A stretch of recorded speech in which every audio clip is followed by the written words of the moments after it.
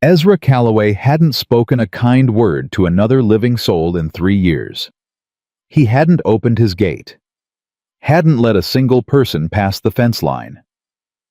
Then a 9-year-old girl came running across his field at dawn with a 5-year-old boy strapped to her back and blood on her collar, and she stopped at his gate and said in the flattest, steadiest voice he had ever heard from a child, "Please, mister," he said, "if we run, he'll burn everything. But Mama told us to run anyway." If this story moves something in you, please subscribe to our channel and follow along to the very end. Drop a comment telling us what city you're watching from. I want to see how far this story travels. The gate had been locked since the morning Ezra Calloway came home from town to find Margaret already cold. He hadn't locked it in anger. He hadn't locked it as a statement. He'd locked it the way a man locked something when he couldn't look at it anymore and couldn't bring himself to get rid of it either. The gate was still there. The ranch was still there. The life he and Margaret had built on that 40 acres of Montana grassland was still there in every board and every nail and every fence post he'd driven into the ground with his own hands. He just didn't want anyone else standing in it. 3 years of that. 3 years of Dale Pruitt, his only ranch hand, coming and going through the side entrance without comment. 3 years of Ezra riding into Redstone Crossing once a month for supplies, speaking only what was necessary, leaving. Before anyone had the chance to offer condolences, he was done accepting. 3 years of keeping the house the way Margaret had kept it, which meant the kitchen was clean, and the curtains were the color she'd chosen, a dusty rose that he never would have picked himself, and her leather apron still hung on the hook beside the stove, stiff with disuse, smelling less and less like her, with every passing season, which he tried not to think about. He was at the fence line on the north end of the property when he heard her. Not crying. He wanted to be clear about that later when he tried to explain it to himself. The child was not crying. What she was doing was running with the absolute concentration of someone who had already decided that stopping was not an option, and was simply executing on that decision with everything she had. She was 9, maybe 10. Dark braids coming loose, a blue dress that had been clean once, and on her back, arms wrapped around her neck, legs dangling against her hips, a boy of about 5 who was holding on with the grip of someone who understood that letting go was not something he was permitted to do. Ezra set down his wire stretcher. The girl hit the gate without slowing down and grabbed the iron bars with both hands and looked at him through them and said, "Please, mister. He said if we run, he'll burn everything. But Mama told us to run anyway." Ezra looked at her. He looked at the boy on her back. He looked at the road behind them, which was empty but dusty in a way that suggested it had not been empty long. "Who's your mama?" he said. "Dorothy Hale." She didn't flinch saying it, didn't look away. "Marshall Vance's wife." The name landed the way names landed when you'd been hearing them for years and had formed no particular conclusions and were now suddenly being handed one. Where is she? Home. The girl's jaw tightened. "He came back early. He wasn't supposed to come back until Thursday." She looked at us over his shoulder, and I knew what the look meant. She practiced it with me. She said if I ever saw that look, I don't ask questions, I just go. Ezra looked at the boy. The boy looked back at him with the dark, unreadable calm of a child who was either too young to understand the situation or understood it entirely and had simply run out of reactions. Ezra could not tell which. Either way, it was a thing that did something uncomfortable to the back of his chest. "What's your name?" he said to the girl. "Willa." "And his Samuel. We call him Sam." "How far did you run?" 4 miles. Maybe more. "I cut through the Granger fields." "Shorter." Ezra looked at her feet. She had shoes. Both of them. That was something. He unlocked the gate. He didn't make a ceremony of it, didn't think about the fact that he hadn't unlocked it in 3 years. He just put the key in the mechanism and turned it and pulled the gate open and said, "Come on then," and started walking back to the house. Willa fell into step beside him without hesitation. Sam said nothing from her back. The three of them walked across the field in the early morning quiet, and Ezra thought about Marshall Corden Vance. He thought about the speech Vance had given at the County Founders Celebration 2 years back, standing at the podium in that Sunday coat of his, quoting scripture and talking about law and order and the necessity of protecting the community's moral foundation. He thought about how the whole crowd had nodded. He thought about how he had stood at the back and felt something sit wrong in his stomach that he'd never been able to put a name to. He had a name for it now. Inside, he poured water and put it on the table and cut 2 pieces of the cornbread he'd made that morning, because he still made it every morning out of habit, even though there was no one to eat it with him, and he set the food down without comment. Willa set Sam in a chair, and he sat there quietly and ate with both hands. "Tell me everything," Ezra said. "From the beginning. Leave nothing out." Willa sat up straight, the way children sat when they were trying to make themselves older. "It's been bad for a long time," she said. "But it got worse when Mama started keeping records." She paused. "She didn't tell me what they were at first. She just said she was writing something important, and that if anything ever happened to her, I needed to know where she kept it." "What kind of records?" "Names. Families. People Marshall Vance told Daddy to arrest or fine or run off their land, and the real reason he did it." She looked at Ezra steadily. "It wasn't ever for law reasons. It was always for land. He'd find something wrong with a man's deed or say there was a debt owed to the county, and then the family would lose their place, and the land would end up going to whoever Vance wanted it to go to." "How long has this been going on?" "Mama said at least 4 years, maybe longer." "She told you this?" "She told me enough. She said I was old enough to know the truth about things." Willa's hands folded on the table. "She said ignorance isn't protection. She said it just means you don't see it coming." Ezra was quiet for a moment. He thought about a woman sitting at a kitchen table at night with a lamp turned low, writing down names and dates while her husband slept in the next room. "Where does she keep them?" he said. "The records." "In a box, under the kitchen floor. She showed me the loose board." "Does Vance know about them?" Willa's face changed then. Something shifted behind her eyes. Not fear exactly. Something older than fear. "I think he might," she said. "He came home last night, and he went straight to the kitchen. He didn't eat. He didn't say anything to Mama. He just stood there in the kitchen doorway and looked at her. And she looked back at him, and then she looked at me." She stopped. That was the look. The practiced one. Sam had finished his cornbread. He was looking at the leather apron on the hook by the stove. He pointed at it without asking. "That belonged to someone," Ezra said. Sam lowered his hand. "It's all right," Ezra said, which surprised him somewhat because he didn't usually say things like that. He walked to the back of the house. He took his rifle down from the wall. He checked it the way he checked it every morning, which was a habit from a time before Margaret, and one he'd never broken. Then he stood in the hallway for a moment and thought. Marshall Corden Vance was the law in Redstone Crossing. He had been for 6 years. He was educated, well-dressed, and could quote more scripture than the preacher on a good Sunday. He smiled at women and shook hands firmly and always remembered the names of men's children, and every single person in the county either owed him a favor or was afraid of what would happen if they didn't. He'd never been accused of anything. He'd been careful about that. Ezra came back out to the kitchen. Willa was watching the door. Sam had his sister's hand. "I'm going into town," Ezra said. "You two are staying here. The door gets bolted. You don't open it for anyone who doesn't knock 3 times and say the word Hargrove." "What's Hargrove?" Willa asked. "Town I was born in. Nobody here has any reason to know it." Willa considered this with the gravity of someone running the logic and finding it sound. She nodded. "What are you going to do in town?" she asked. "Find out what there is to find out. That's not the same as saying you'll get her." "No," he said. "It's not." She looked at him for a long moment, measuring him. He let her. Some people needed to be measured, and he had no objection to it.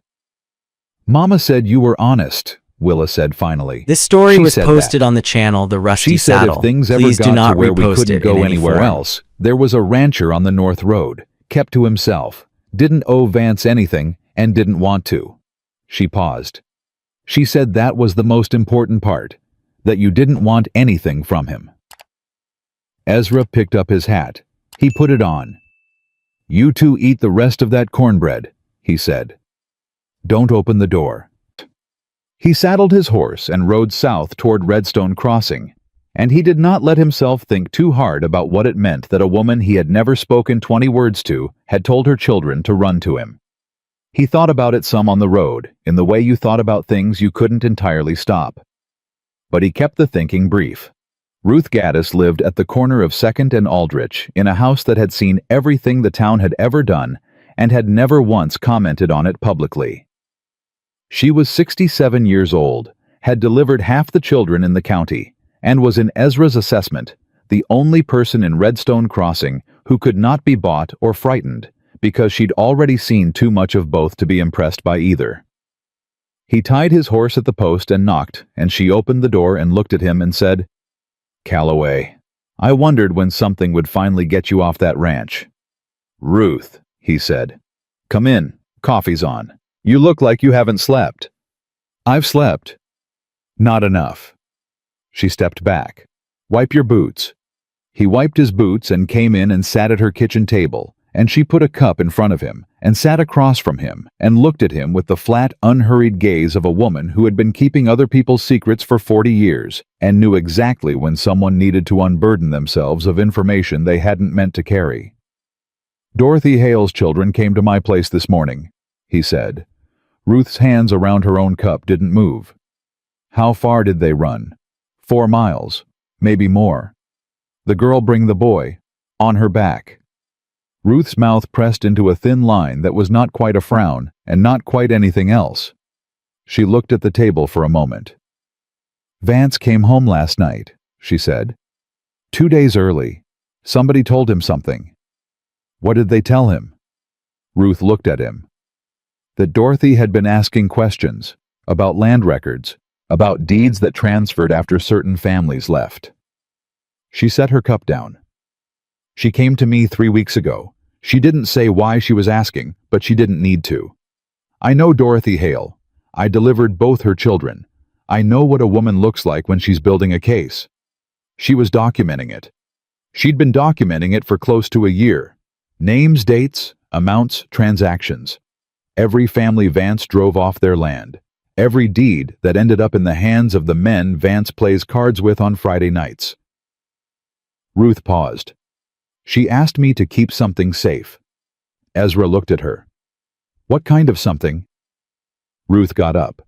She went to the pantry and returned with a small tin, the kind used for storing tea leaves, and she set it on the table between them. A list, she said. 14 families, what they lost, when they lost it, who benefited. She tapped the tin once with 2 fingers. In her handwriting, signed and dated. Ezra looked at the tin. He thought about a woman writing names by lamplight while her husband slept. She knew he'd find out eventually, Ruth said. She gave me this 2 weeks ago. Said if something happened and she couldn't come to me herself, I'd know what to do with it. Has she ever tried to go to the circuit judge? Ruth's expression shifted. Judge Aldgate has dinner with Vance the 1st and 3rd Tuesday of every month. Has for 3 years. She folded her hands. There's a deputy, young man named Thomas Birch. He's not a bad man. He's a careful man, which is different. He's been looking the other way because he has a mother in town who depends on him, and Vance has made it very clear that a man who doesn't cooperate tends to find himself without work in this county. Is there anyone in this town, Ezra said, who doesn't owe that man something? Ruth looked at him. You, she said. Which is why Dorothy told her children to go to you. He rode to the Hale house on Carver Street. It was a fine house, the finest on the block, with a painted porch and a rose garden along the front walk that was overdue for watering. The kind of house a man built to show the town what kind of man he was. Ezra rode up slow and tied his horse and looked at the front door. Vance was on the porch. He was a big man, built solidly, with the kind of face that photographs well, and the kind of posture that said he'd spent a long time understanding the effect he had on people. He wore his marshal's badge on his lapel, polished prominent. He had a glass in his hand, and when he saw Ezra riding up, he smiled. It was the smile of a man who had already decided where this conversation was going. "Calloway," he said. "Been a while. Didn't know you'd come back to the living." "Marshal," Ezra said. He stayed in the saddle. "I'm looking for your wife." Vance's smile didn't move, but something behind his eyes recalculated. "Dorothy's inside, not feeling well. This heat." He lifted his glass slightly. "Can I ask what business brings you to my house, given that you and I haven't exchanged 10 words since Margaret passed my condolences on that, by the way, belated as they are?" Ezra looked at him. He let the condolences sit there between them, without acknowledgement, which was a deliberate choice, and Vance noticed it, which Ezra intended. "I'd like to hear from her that she's all right," Ezra said. "I just told you she was." "I'd like to hear it from her." The smile went through one small adjustment. Still present, slightly tighter. "You've developed a curious interest in my wife's welfare for a man who hasn't left his property in 3 years, Vance said. "I wonder what prompted that." "Concern," Ezra said. "Same as anyone." "You haven't shown concern for anyone in 3 years, Calloway.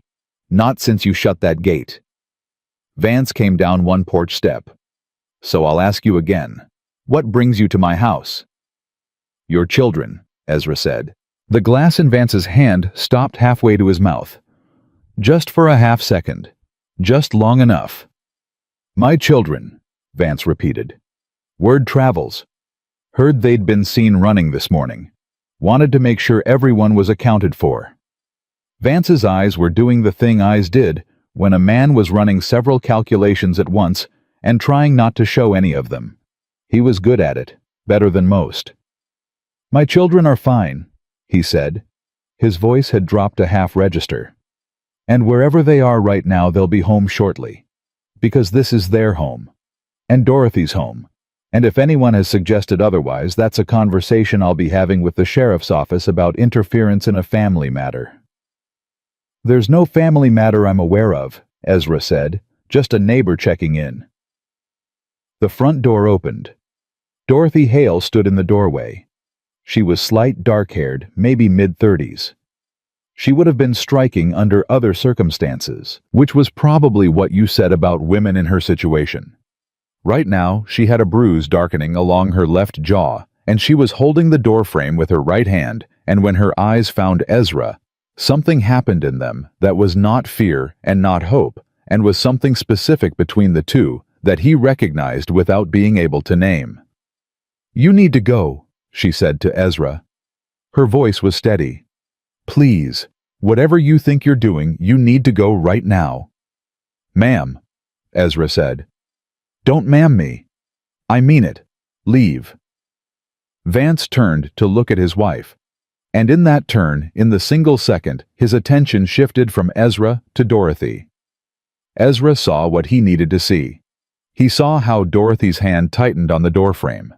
He saw the way her body pulled back just slightly, involuntary, the way a person moved when proximity meant something specific, and none of it was good. "Where are your children, ma'am?" Ezra asked. Not to Vance, to her. She looked at him. Her jaw was set. "My children are fine," she said. Exactly the same words Vance had used, delivered in a tone that was doing something entirely different with them. "Dorothy!" Vance said, quiet, even the voice of a man reminding someone of something without saying it directly. Dorothy looked at her husband. She looked at Ezra. She looked at the street behind him, which was empty. And then she did something Ezra didn't expect. She looked him in the eyes and she said, "The box under the kitchen floor. Third board from the left. She trusts you with it." Vance's hand came out. Ezra came off the horse. He didn't rush it. He swung down the way he always dismounted, one hand on the pommel, taking his time, letting his full height become the argument before he said a single word. He watched Vance recalculate the distance between them. This story was posted He on the watched the channel math The Rusty change. Saddle. Please do not Step repost back it in from any her. form. Ezra said. "This is my property," Vance said. "My house. My wife. You are standing on my porch without invitation, and I am the law in this county. You want to think very carefully about your next—" "Where I'm from," Ezra said, and his voice was the quietest it had been all morning, which was a thing he'd learned from his father, that the less noise a man made, the more room the words had to land. A man who raises his hand to a woman on her own porch doesn't get to call anything his. Silence. Dorothy had not moved. She was watching Ezra with that expression that was not fear and not hope. He still didn't have a name for it. He thought maybe it was the look of a woman hearing her own name called from a distance she'd given up on. "You are making," Vance said slowly, "the worst mistake of your life, Calloway." "I've made worse," Ezra said. "Ma'am, come down from that porch." Dorothy Hale looked at her husband. She looked at the man standing in her front walk, with his hat in one hand and his spine straight as a fence post. She looked at the rose bushes she hadn't watered in a week. She looked at the painted porch railing her husband had put up last spring when there were people watching to see what kind of house he ran. Then she stepped down off the porch. 1 step, 2 steps, 3, until she was on the front walk and moving past Ezra toward the street, and she didn't look back, which told him she had learned a long time ago that looking back cost you. Vance's voice came from the porch behind them. "This isn't over, Calloway, you hear me? You have no idea what you just stepped into." Ezra put his hat back on. "I reckon I do," he said. "And I'm in it anyway." He walked beside Dorothy Hale to the street without touching her and without speaking, and she walked with her arms folded across her chest and her eyes forward, and her breathing was the careful, measured breathing of a woman managing something physical that she wasn't going to mention. He helped her onto the horse without asking, just put his hand out flat and waited, and she looked at his hand for 1 second and then took it. That was enough. They rode north toward the ranch, and the road was quiet, and the morning was already burning toward full heat, and Dorothy did not speak for a long time. When she finally did, she said it without preface, without preamble, like someone continuing a conversation she'd been having alone for months. "He knows about the records," she said. "Not where they are, but he knows they exist. Someone in town—" She stopped. "It doesn't matter who. He knows. And now that you've walked into it, he'll use it." "Use it how?" "He'll say you took me. He'll say it was not voluntary. He'll make a case to the circuit court, and he has Judge Aldgate and 3 county commissioners who will sign whatever he puts in front of them." She was quiet for a moment. "He's done it before. To other people. He builds the story first, and then he acts, and by the time anyone questions the story, the damage is already done." "What's in the box?" Ezra asked. Dorothy's arms tightened slightly around his sides. 14 families, she said. What he took from them. How. Who it went to. A pause. 3 years of it. Every transaction I could find. Every deed transfer. Every false charge he used to move people off their land. Another pause. 2 of those families had children. They left in the middle of winter. I don't know where they went. Ezra rode. He thought about 14 families. He thought about the tin in Ruth Gaddis's pantry. He thought about a woman writing names by lamplight. "How long have you been collecting it?" he said. 14 months. And you stayed. It wasn't an accusation. She heard that. I stayed because of Willa and Sam, she said. And because I needed time. I needed enough that a federal man couldn't ignore it. She pressed her lips together. I almost had enough. I just needed 2 more weeks. You don't have 2 more weeks, Ezra said. No, she said. I know. The ranch came into view, and Dorothy sat up straighter, and something changed in her body. Some tension that had been coiled for hours, shifting toward something else. He brought the horse to the gate and dismounted and knocked 3 times on the gate post and said, "Hargrove," and heard the bolt slide back from the other side. Willa opened the gate. She saw her mother, and her face did something complicated and brief and fierce. And then she stepped forward and put both arms around Dorothy's waist. And Dorothy went down on her knees in the dirt and held her daughter, and they stayed like that for a moment without words. Sam appeared in the doorway of the house, and when he saw his mother, he made a sound that Ezra had never heard before, and never forgot after the specific sound of a 5-year-old boy's relief, which was not sophisticated, and did not try to be, and which was exactly sufficient. Ezra stood at the gate with his horse and looked east at the empty road, and thought about Cordon Vance standing on that porch with his badge and his glass, and his 3 years of carefully constructed authority. He thought about the smile that hadn't changed when Dorothy walked off his porch, the specific smile of a man who was not afraid of what you were doing because he already knew how it ended. That smile was the thing Ezra kept coming back to. Not the confrontation, not the bruise on Dorothy's jaw, not even the sound Sam made, just that smile, the smile of a man with more moves left.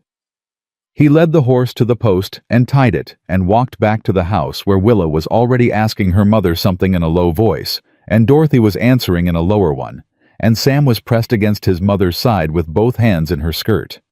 He had sent no word to anyone yet. Ruth Gaddis had a tin in her pantry. Dorothy Hale had a loose board under her kitchen floor and 14 months of evidence and no circuit court she could trust. And Cordon Vance was right now in his office on Main Street, building the story he was going to tell. Ezra Calloway stood in the kitchen of the ranch he had kept closed for 3 years, with the leather apron on the hook and the dusty rose curtains and the life that had been still since Margaret. And he thought about the difference between watching something happen and putting yourself in the path of it. He'd been watching for 3 years. He was done watching. He picked up his rifle and checked it and set it by the door, and when Willa looked up and saw what he was doing, she didn't ask why. She just watched him with those clear old eyes of hers, and then she reached into her dress pocket and pulled out her small blue book and wrote something in it. He didn't ask what she'd written. He thought maybe he knew. He thought maybe she was writing down everything, the way she always did, so she wouldn't forget. Dorothy didn't sleep that first night. Ezra knew because he didn't sleep either, and the house was small enough that he could hear her moving in the back room, the soft, careful movement of a woman trying not to wake her children, pacing the way people paced when their mind wouldn't let their body rest. He sat in the chair by the front door with the rifle across his knees and listened to the ranch settle around him in the dark, and thought about Cordon Vance. A man like Vance didn't react. That was the thing Ezra kept turning over.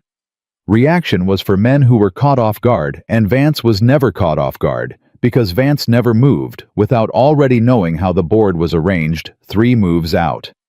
He'd built 6 years of careful architecture in Redstone Crossing, favors owed judges compliant deputies, trained to look the other way, and that kind of structure didn't collapse from one woman walking off a porch. It adapted. It found new angles. The door to the back room opened quietly, and Dorothy came out and stood in the kitchen doorway and looked at him in the dark. "You should sleep," she said. "So should you." She came and sat in the other chair, not close, just present. Her knees pulled up, her hands folded on top of them. She'd washed her face since they'd arrived, and the bruise on her jaw had gone darker in the hours since spreading toward her cheekbone. "He won't come tonight," she said. Not a question. A calculation. "No." Ezra agreed. "He's building something first. He needs a story." "What kind of story?" "One where he's right." Ezra shifted the rifle slightly. "A man in his position doesn't come out to another man's property in the dark. He comes with paper, legal paper signed by someone with authority. He comes in the daylight where people can see him being reasonable." Dorothy was quiet for a moment. "He'll say, 'I'm not of sound mind.'" "Probably. He's said it before. When I went to Ruth Gaddis 2 years ago about the bruising on my arm, he told the doctor I had episodes, that I imagined injuries. She said it flat, the way you said things you'd been carrying so long they'd lost their ability to shock you. The doctor wrote it down. Ezra looked at her. The doctor believed him. The doctor owed Vance a land deed and a quiet word to the county assessor that kept his property taxes manageable. This story was posted on She the looked at channel her The hands. Rusty Saddle. Please That's do how it not works. repost it in any form. That's how all of it works. He doesn't need people to believe him. He just needs them to have a reason to say they do. The records change that, Ezra said. 14 families is not a domestic matter. That's a federal case. Only if a federal man sees them. I know someone, Ezra said. He'd been thinking about it since the road back from town. Out of Helena, name's Harlan Dusk, federal agent. I rode with him years back before he went straight law. He paused. He's not an easy man. He made a bad call once, trusted someone he shouldn't have, and it cost lives. He's been making up for it ever since, in the specific way that men who can't forgive themselves make up for things, which is to say, he does the job correctly every time, regardless of what it costs him. Dorothy looked at him. How long to reach him? If I send Dale tonight, 3 days, maybe 4. The number sat between them. He'll move before 4 days, she said. Yes. Then we need to be ready for what he moves with. She said it the way she said everything, directly, without performance, as a statement of fact rather than a fear. Ezra had noticed it from the moment she'd stepped off that porch. Most people in her situation, after years of what she'd been through, came out either collapsed or brittle. Dorothy Hale came out precise, like a woman who had taken all the energy that had nowhere to go and turned it into clarity. There's something else, she said. She looked at the stove, at the leather apron on the hook briefly, then back at her hands. Thomas Birch, the deputy. He's not a bad man. I want to be clear about that first. She took a breath. He's been Vance's deputy for 2 years, and he's looked the other way because Vance has his mother's welfare in one hand and Thomas's livelihood in the other. But 3 months ago, Thomas's sister came to me. A pause. Her husband had been using Vance's example as permission, I think. The way some men see power and decide it applies to them too. She stopped. I helped her leave, quietly, got her on a stage to her cousin in Billings. Vance doesn't know I was involved. But Thomas does, Ezra said. Thomas knows. She looked up. I don't know what that means yet. Whether it's a debt he feels or a complication he resents. I haven't been able to tell. Ezra thought about that. A man carrying guilt about his sister, working for the man whose example had shaped the situation. That was the kind of weight that either crushed a person or eventually redirected them. The question was which direction and when. I'll find out, he said.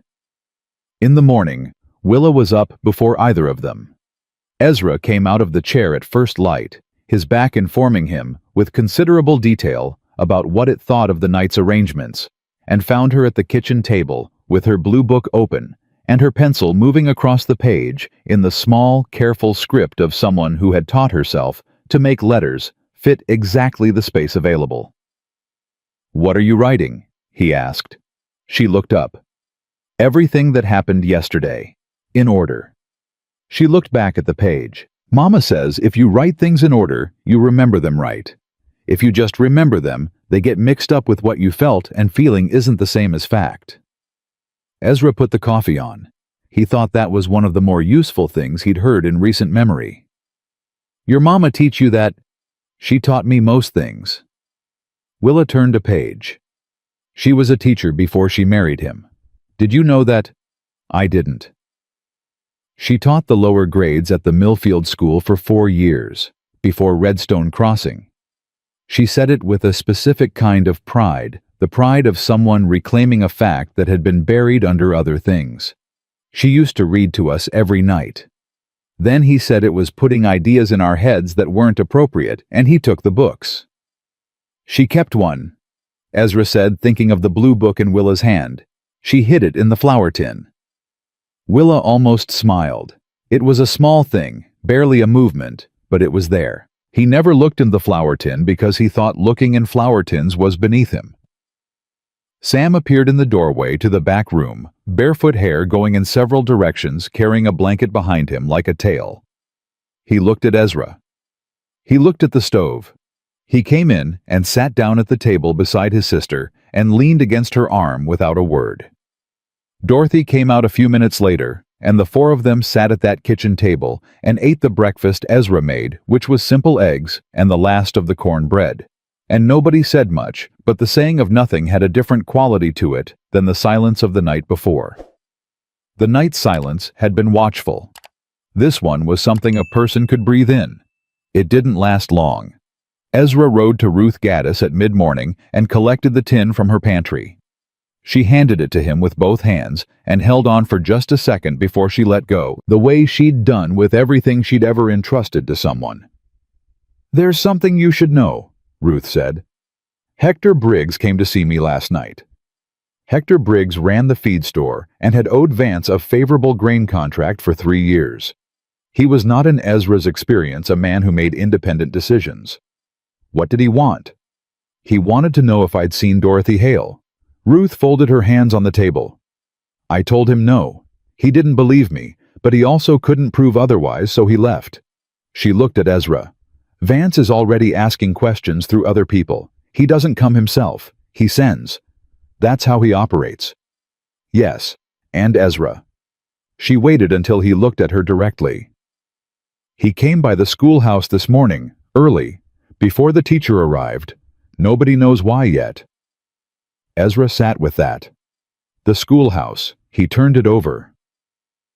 He's looking for something that connects to Dorothy without looking like he's looking for Dorothy, he said. That's my thought. Is there anything at the schoolhouse that connects? Ruth was quiet for a moment. Dorothy gave books to the school last spring, when she still could. She'd bought them from the catalog, paid for them herself. 6 of them. She paused. I don't know what Vance thinks he'll find, but a man who goes to a schoolhouse before dawn is looking for something he doesn't want anyone watching him look for. Ezra rode back to the ranch, taking the long way, which added 20 minutes but gave him a view of the north road from the ridge, and he wanted to see it from above. The road was empty. That didn't settle him. Empty roads in this situation meant Vance was still building, still assembling his justification, and that had a clock on it. He found Dale in the yard when he returned. Dale, who was 23, and quiet and reliable in the specific way that young men were reliable when they understood the stakes and didn't need them, explained twice. I need you to ride to Helena tonight, Ezra said. After dark. Dale looked at him. How far do I go before I stop? You don't stop. Dale nodded once. He didn't ask what this was about, because he'd seen the woman and the children arrive, and he was not a man who needed the obvious explained to him. Ezra wrote the letter to Harlan Dusk in the kitchen, while Dorothy stood at the window and watched the road the way she'd been watching it all morning, with the focused, practiced attention of someone who had learned to read distance as information. You know what he'll do when he finds out you sent for a federal man, she said. It wasn't a question. Speed up whatever he's planning. Yes. She turned from the window. He'll send Birch out here first, with something official, to establish that he's acting within legal authority.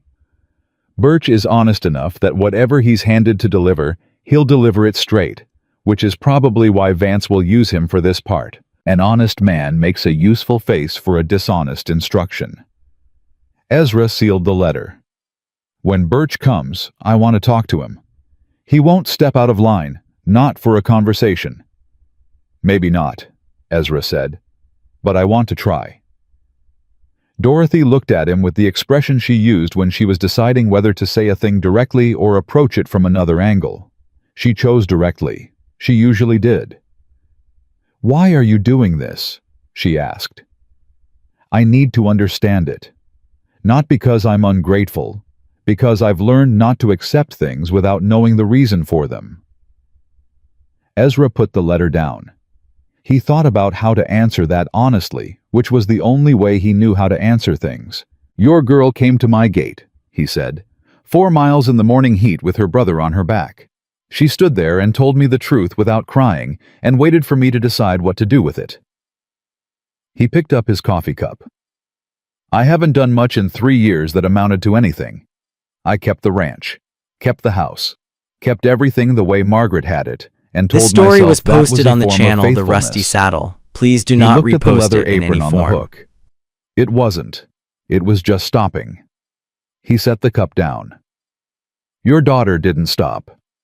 She ran 4 miles and knocked on a stranger's gate because her mother told her there was someone on the other side worth running to. He met her eyes. I reckon the least I can do is try to be worth that. Dorothy held his gaze for a long moment. She had the kind of eyes that didn't look away when something landed, which he'd noticed from the first. She let it land and sat with it, and didn't try to soften it or redirect it. Margaret knew you, she said. She came to me once, about a year after you shut the gate. She said she'd seen you in town, and you'd looked through her like she wasn't there, and she'd wanted to ask after you, but she didn't know how. She paused. I told her to leave you be. That some grief needed time, and some needed interruption, and I couldn't tell which yours was. A pause. I've thought about that since, whether I should have said something different. Ezra was quiet for a long moment. You couldn't have known. No, she said. But I've still thought about it. They stayed like that for a moment, in the particular quiet of two people who had both lost something they weren't going to recover and had found themselves in each other's company on the other side of it and didn't quite know what to do with the recognition. It was Willa who broke it, appearing in the kitchen doorway, with Sam behind her and her blue book in her hand. There's dust on the South Road, she said. Single rider, coming slow. Ezra was at the window before she finished the sentence. Single rider moving with the deliberate pace of someone who had a document in his pocket and was in no hurry because the document was doing the work for him. He could make out the badge at 50 yards. Thomas Birch, alone. Which meant either Vance was confident this was a formality, or Birch had come ahead of the others, and Ezra didn't yet know which. Back room, he said to Dorothy. Same as before. She looked at him. She didn't argue this time, which told him she trusted the instruction, and he filed that away because it was not a small thing from a woman who had learned not to trust instructions. Willa, Ezra said. Take your brother. Willa looked at the window. She looked at Ezra. She opened her blue book and wrote something quickly on the inside back cover, and then closed it and took Sam's hand and went. Ezra checked the rifle. He walked to the front door and opened it and stepped out onto the porch and stood with his arms loose at his sides. Birch pulled up at the gate. He was young mid-20s with the kind of face that hadn't yet decided what it was going to look like in 10 years. He had a folded paper in his breast pocket, and he produced it before he even dismounted, holding it up the way men held up legal documents when they needed the document to proceed the conversation. Mr. Calloway, he said, I have a welfare order here signed by Marshal Vance and witnessed by Commissioner Aldgate, requesting the voluntary return of Dorothy Hale and her minor children to the family home. The Marshal has expressed concern for their welfare, given their unexpected departure. Ezra looked at the paper from where he stood. He did not move toward it. Unexpected departure, he repeated. That's what we're calling it. Birch's jaw worked once. Those are the terms of the document. Deputy Birch, Ezra said, you look like a man who's carrying something he didn't pack himself. Birch said nothing, but he didn't deny it either, which told Ezra something. Your sister's in Billings, Ezra said quietly. Safe. Dorothy Hale helped her get there. The effect of those words on Thomas Birch was not dramatic. It was very small. Just a fraction of something moving in his face, the specific movement of a man hearing a thing he'd been hoping wasn't connected to the thing he was currently standing in the middle of. I don't know what you're referring to, Birch said. Yes, you do, Ezra said. And so do I. And the question you're going to have to answer sooner than you think is what that's worth to you. Birch folded the welfare order. He put it back in his pocket. He looked at Ezra with the expression of a man who was running numbers against conscience and wasn't finding the math comfortable. "I have a job to do," he said. "I know you do," Ezra said. "Do it. And then go back to town and think hard about what I just said. Because federal law is coming to Redstone Crossing Deputy, and the men who helped cordon Vance are going to have a harder answer to give than the men who didn't." Birch sat on his horse and didn't move for a long moment. Then he said, "The woman and the children. They're healthy. They're not being held. They're sitting in my kitchen eating cornbread of their own free will," Ezra said. Birch looked at the house. He looked at the gate. He looked at the welfare order in his breast pocket with the expression of a man who understood, perhaps for the first time, exactly what he was carrying and who had packed it for him and why. He turned his horse around. He rode back south without another word. Ezra watched him go and didn't let himself feel relieved, because relief was premature, and because Thomas Birch might still fold, and because Cordon Vance was still 3 moves ahead on a board. Ezra was only beginning to see the full shape of. He went back inside. Dorothy was already in the doorway. "He left," she said. "He left." She read his face the way she read everything efficiently and without asking unnecessary questions. "That's not good news yet," she said. "Not yet." Ezra agreed. "But it might be the beginning of it." Willa appeared behind her mother. She had her blue book open and her pencil in her hand, and she was writing as she walked, which was a thing Ezra suspected she'd been doing her whole life. "What did you say to him?" she asked without looking up. "I reminded him of something he already knew." Willa nodded. She finished writing whatever she was writing and looked up. "Mama says the most useful thing you can do for a person who knows the truth is remind them that they know it." She closed the book. "She says people forget they know things when it's inconvenient." "Your mama," Ezra said, "is a very wise woman." Dorothy made a short sound, not quite a laugh. Something that had been waiting to be a laugh for a long time and wasn't quite there yet. But it was closer than it had been that morning.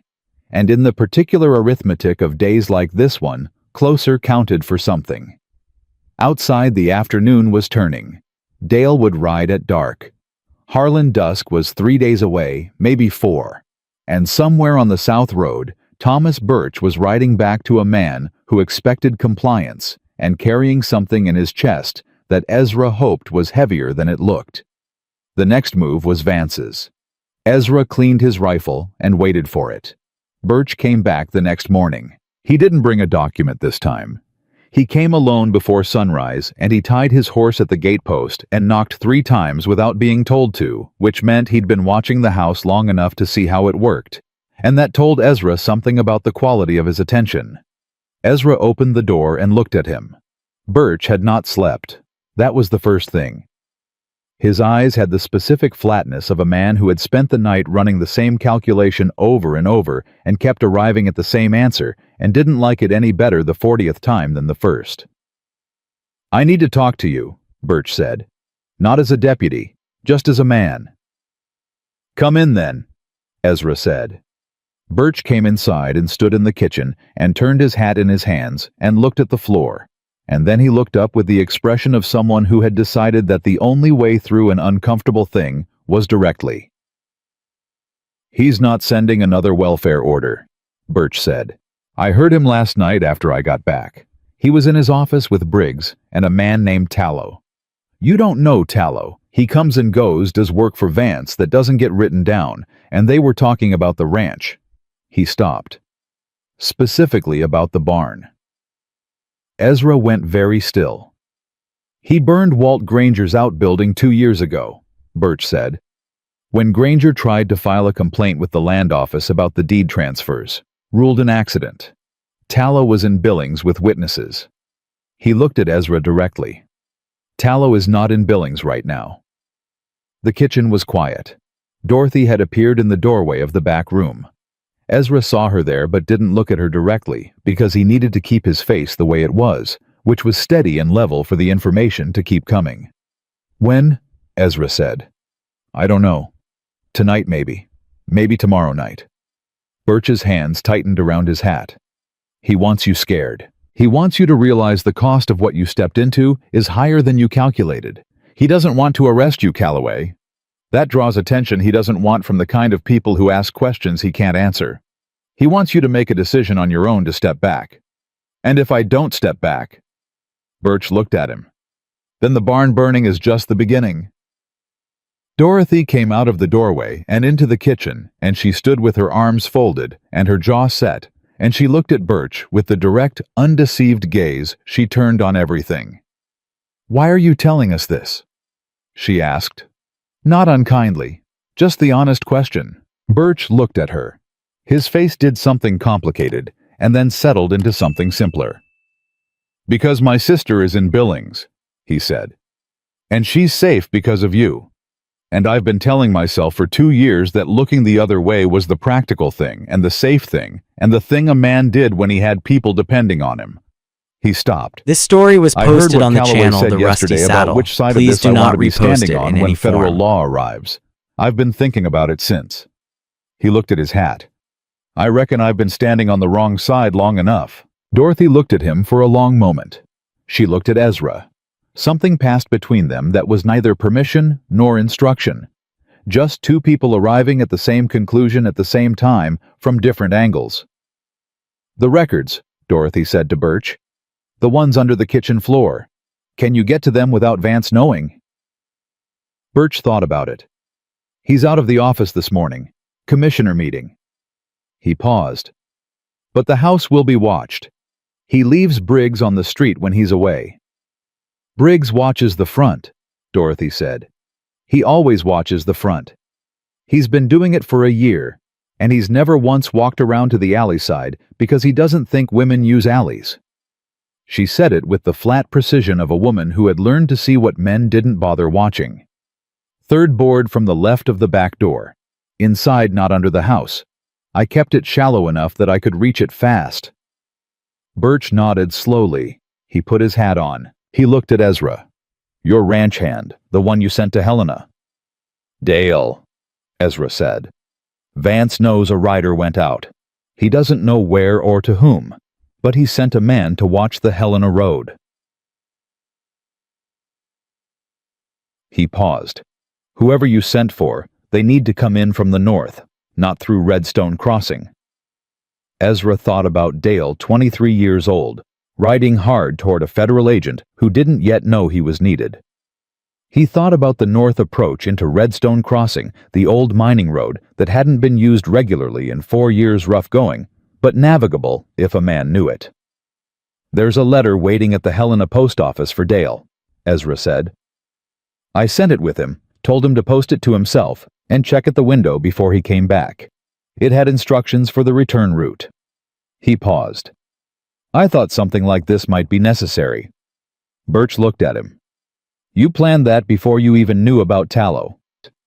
"I planned it because Vance is a man who covers roads," Ezra said. "And a man who covers roads expects everyone else to use them." Birch went out through the kitchen and around the back of the property, taking the long way that kept him off the south road, and Ezra stood at the window and watched until he couldn't see him anymore, and then turned back to Dorothy. She was sitting at the table. Willa had come out of the back room she'd been listening through the door, which Ezra had expected, and was sitting beside her mother with her blue book open, but her pencil still, because some things you listened to first before you wrote them down. Sam was in the doorway, barefoot, as always, holding his blanket. He looked at his mother's face and apparently found it adequate, because he came in and sat on the floor beside her chair and leaned against her leg and closed his eyes. "Tonight or tomorrow night?" Dorothy said. "Yes."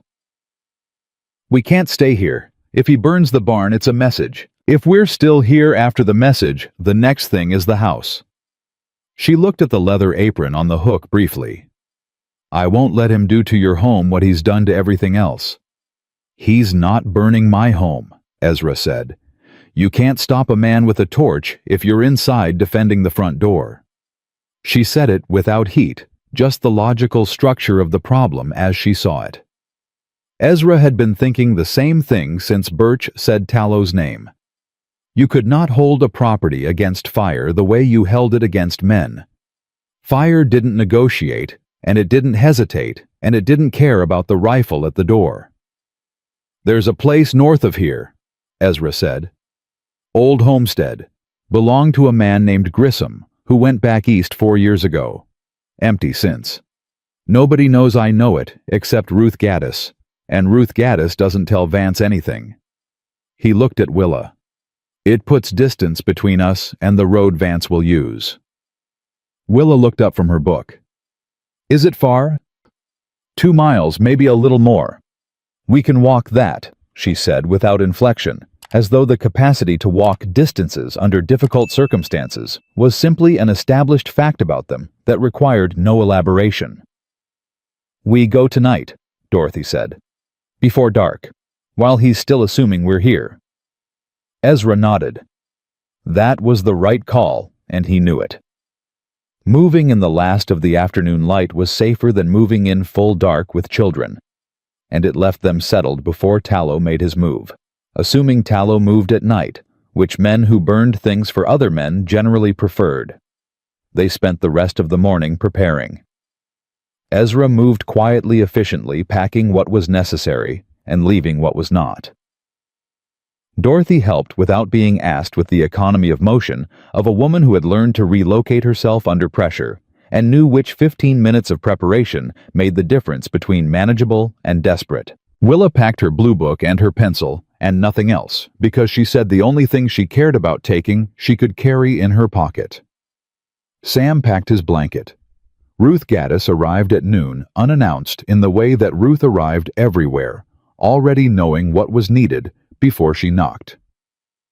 Carrying a basket that held food and a sealed envelope, and the expression of a woman who had made a decision and was delivering it in person because she didn't trust paper with something this important. "Birch came to see me," she said, setting the basket down. "He got the box from Dorothy's house. Tallow was watching from the feed store, but Briggs was at the front, same as always." She handed Ezra the sealed envelope.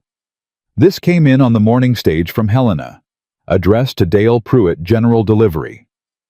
Ezra turned it over. Dale had left a return instruction just as planned.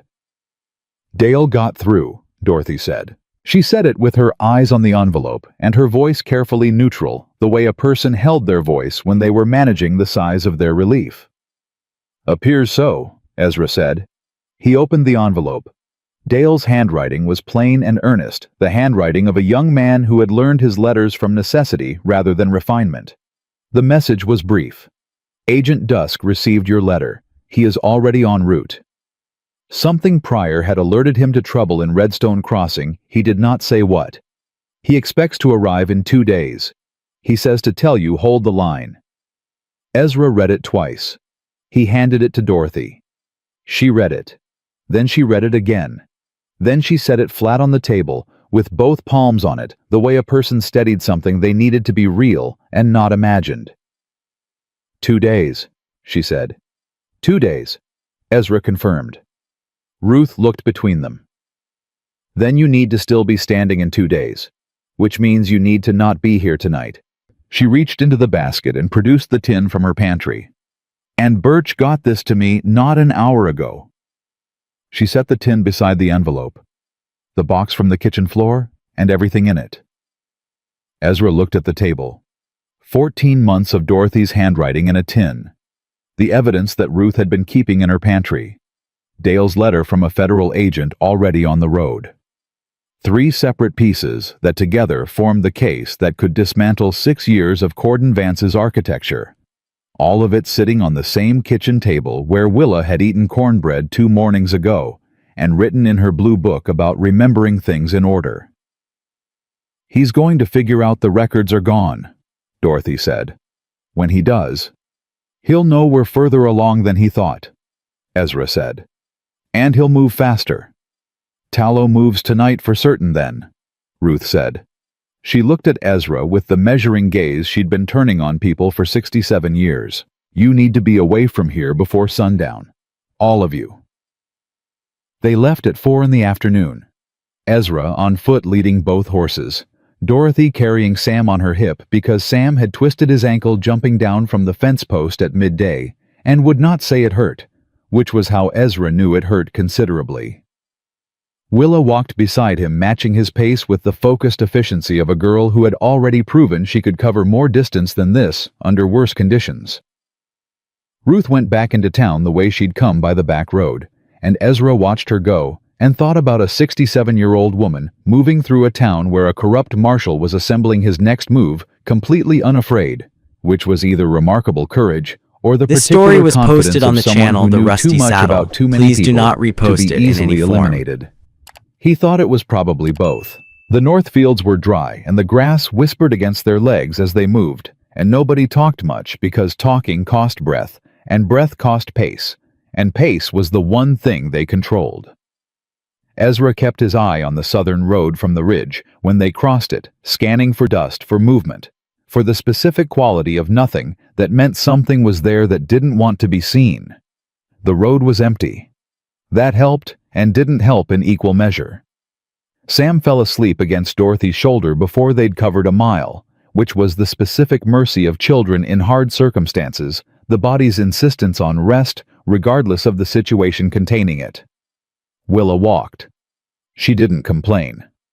At one point she reached over and took the lead rope of the older horse from Ezra without asking, just took it and held it, freeing his hand, and he let her because it was a useful thing to do, and she'd done it because it was useful, and that was enough reason. "Are you scared?" she asked him at the midpoint of the walk without looking up. He thought about the honest answer. "Careful," he said. "Not scared. Careful." She considered this. "Last time you said scared makes you run or freeze, and careful makes you think." "That's right." "Are you thinking?" "Constantly." She nodded and kept walking. After a moment she said, "I'm scared and careful at the same time. Can you be both?" "Yes," he said. "That's actually the correct combination." She reached into her pocket without breaking stride, pulled out her pencil, and wrote something on the back of her hand, because her book was in the saddlebag, which was too far to reach without stopping. He didn't ask what she wrote. The Grissom homestead was standing when they arrived, which was not guaranteed, given 4 years of vacancy and Montana weather, but the walls were solid, and the roof held, and there was a hand pump in the yard that yielded water after significant argument. Ezra got it working while Dorothy settled the children inside, and Willa organized the saddlebags with the systematic efficiency she brought to every task that presented itself to her. By the time the last of the light had gone from the sky, they were inside with the door barred and the horses tied at the back where they couldn't be seen from the road, and Ezra was at the window in the dark, watching the direction of his ranch, with the particular quality of waiting that was not passive but active. The waiting of a man doing math against time, and knowing the answer was close but not yet visible. He didn't have to wait long. The orange glow started at the southern horizon at 9 o'clock.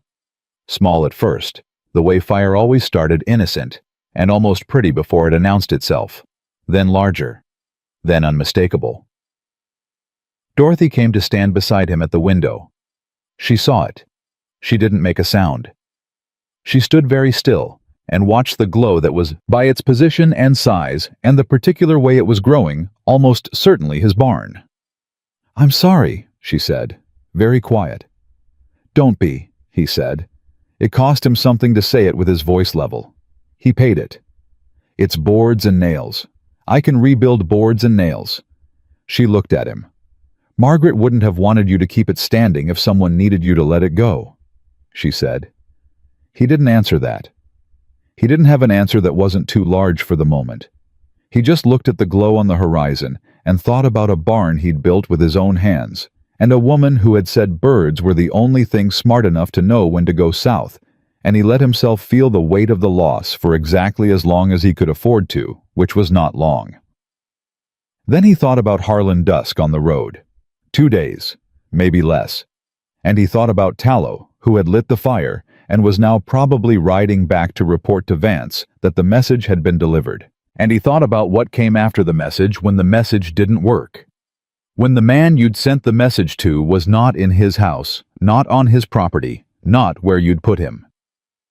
When the man had moved. Willa appeared behind them. She'd woken up, or she'd never been fully asleep, which was also possible, given what he'd come to understand about how she operated, and she looked at the orange light on the horizon, and she looked at Ezra, and she looked at her mother. "Your barn," she said. "Yes," Ezra said. She was quiet for a moment.